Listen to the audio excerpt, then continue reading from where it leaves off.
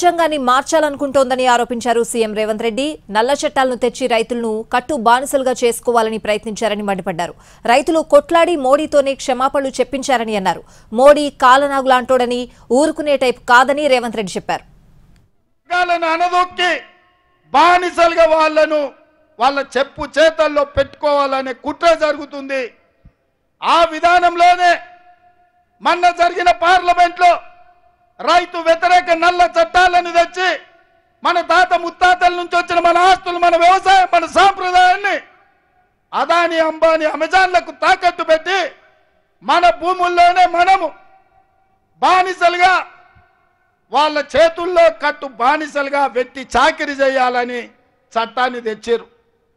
కానీ హర్యానా, పంజాబ్, ఉత్తరప్రదేశ్, బీహార్, రాజస్థాన్ నుంచి లక్షలాది మంది రైతులు ఢిల్లీ సరిహద్దు మీద, ఢిల్లీ మీద దండయాత్ర చేసి 16 నెలలు మండు టెండల్లో, మంచు కొండల్లో కూడా నిటారుగా నిలబడి నరేంద్ర మోడీతో కొట్లాడి మోడీ మెడలు వంచి రైతు వ్యతిరేక నల్ల చట్టాలు ఉపసంహరించుకొని రైతాంగానికి నరేంద్ర మోడీ క్షమాపణ చెప్పాల్సిన పరిస్థితి తెచ్చిండు. రైతులకు మోడీ క్షమాపణ చెప్పిండు. కానీ మోడీ కాలనాగులా అంటోడు. తోక దొక్కితే ఊకునే టైపు కాదు.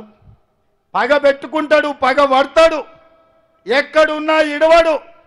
అందుకే ఈ ఎన్నికల్లో ఎట్లయినా 400 సీట్లు గెలవాలి, రాజ్యాంగాన్ని సమూలంగా మారవాలి, ఈ దేశంలో ఉండే రైతులను అదాని, అంబానీలకు బానిసలుగా మార్చాలి, ఈ దేశంలో ఉండే దళితులు, గిరిజనుల, బలైన వర్గాల రిజర్వేషన్లు రద్దు చేయాలని కంకణం కట్టుకొని